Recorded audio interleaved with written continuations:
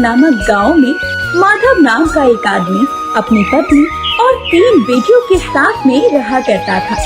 वो चाट और गुपचुप का ठेला लगाया करता और उसी से उसके घर का गुजारा चला करता।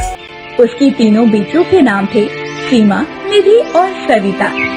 सविता सबसे छोटी थी और माँ बाप की सबसे लाडली भी। वैसे तो सविता बहुत समझदार और बहुत बुद्धिमान थी और घर के कामों में अपनी माँ की मदद भी किया करती थी, परंतु सविता सांवली थी। सविता की दोनों बड़ी बहनें उसे हमेशा ही सांवली होने का ताना दिया करती थी। ऐसे ही एक दिन सविता की माँ ने अपनी बेटियों के पास आकर कहा, अरे सीमा और निधि, सविता को देखो तो जरा, वो मेरे साथ हमेशा ही घर के कामों में मदद करती है और तुम दोनों हो कि सारा दिन बैठी रहती हो, जरा कुछ काम भी कर लिया करो। माँ, सविता ठीक ही तो करती है। अरे उसे तो आपके साथ बस काम ही करना चाहिए और वो धूप में जाकर काली तो हो ही नहीं सकती, क्योंकि वो तो पहले से ही काली है। हाँ माँ, सीमा दीदी ठीक ही कहती है।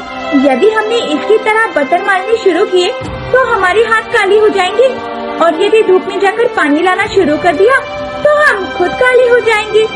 आप तो बस सविता से ही काम करवाया करो, हमसे नहीं। बेकार में हमारी रंगत पर फर्क पड़ गया तो नुकसान आप ही का होगा जब हमारी शादी कराने में दिक्कत आएगी। ऐसा कहकर दोनों बहनें वहाँ से चली जाती हैं। तब माँ सविता से कहती है, बेटा, तुझे भी इन दोनों की बातों का बुरा लगता होगा ना? तू चिंता मत कर, तू सबसे सुंदर है और गुण में तो तू सबसे आगे है।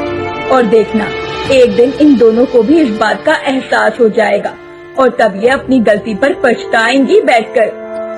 हाँ माँ, मैं जानती हूँ, मैं अपनी दोनों बहनों की बातों का बुरा नहीं मानती हूँ। और माँ, वैसे भी मुझे घर के कामों में आपकी मदद करने से बहुत खुशी मिलती है, इसीलिए मैं आपके साथ काम करवाती हूँ। और ठीक ही तो कहती है वो दोनों, वो गोरी है, अगर धूप में जाएंगी तो काली हो जाएंगी। वैसे भी तू ही कह रही थी ना कि तुझे इन दोनों की शादी करनी है, तो माँ तुम भी इन दोनों की बातों को दिल से मत लगाया करो। और चलो अब हम काम खत्म कर लेते हैं, वरना जैसे जैसे दोपहरी बढ़ेगी काम करना मुश्किल हो जाएगा। और इस तरह सविता कभी भी अपनी दोनों बहनों की बातों पर ध्यान नहीं देती थी और हमेशा अपनी माँ के साथ कामों में लगी रहती। ऐसे ही सब कुछ ठीक चल रहा था, परंतु एक दिन माधव अपना ठेला बंद करके वापस घर आ रहा था। तभी रास्ते में उसका एक ट्रक से एक्सीडेंट हो जाता है और मौके पर ही उसकी मौत हो जाती है। माधव की मौत की खबर सुनकर उसकी पत्नी के सर पर दुखों का आसमान टूट पड़ता है। नहीं नहीं, आप हमें छोड़कर नहीं जा सकते, मेरे साथ साथ 3 बेटियों की जिम्मेदारी भी आप पर है। नहीं, आप ऐसे कैसे जा सकते हैं?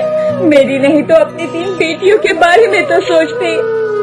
माँ, पिताजी जा चुके हैं और जाने वाले कभी वापस नहीं आते, लेकिन हम तीनों है ना माँ, तुझे संभालने के लिए, तो चिंता मत कर माँ। वो सभी मिलकर अपने पिता का अंतिम संस्कार करते हैं